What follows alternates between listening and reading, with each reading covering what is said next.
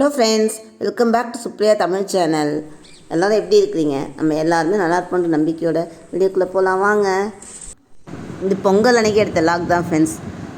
ஆனால் ஃபுல்லாக ஷூட் பண்ண முடியல.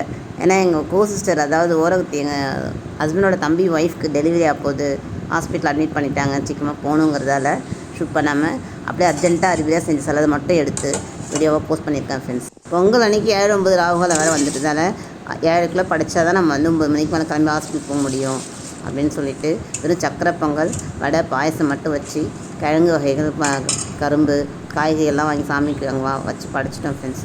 ஆனால் அதெல்லாம் ஷூட் பண்ண முடியல, அறிபறியாக கிளம்புன்றால் டைம் இல்லை, அதனால் ஃபுல்லாக போட முடியல. அவங்களுக்கு பார்த்திங்கன்னா பொம்பளை பிள்ளை பிறந்திருக்கு. இதையே நான் 2 நாள் கழிச்சு தான் வாய்ஸ் ஓவர் கொடுத்து போஸ்ட் பண்ணுறேன். அதே போல் அவங்க வீட்டுக்கு வர வரையும் பூஜை பண்ணக்கூடாதுன்னு சொன்னதால் நேற்று மாட்டு பொங்கல் படைக்கல ஃப்ரெண்ட்ஸ்.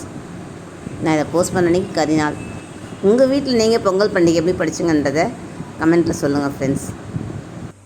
எங்களை சப்போர்ட் பண்ணவங்க ஒவ்வொருத்தவங்களுக்கும் எங்களது மனமார்ந்த நன்றிகள். போகி லாக் ஒன்று போஸ்ட் பண்ணியிருந்தார். கைல்வின்னு ஒரு சிஸ்டர் சொல்லியிருந்தாங்க, செப்பல் போடாமல் கோலம் போடுங்க அப்படின்னு. தேங்க்யூ சிஸ், நாங்கள் அதையும் ஃபாலோ பண்ணிக்கிறோம். தகவலுக்கு நன்றி.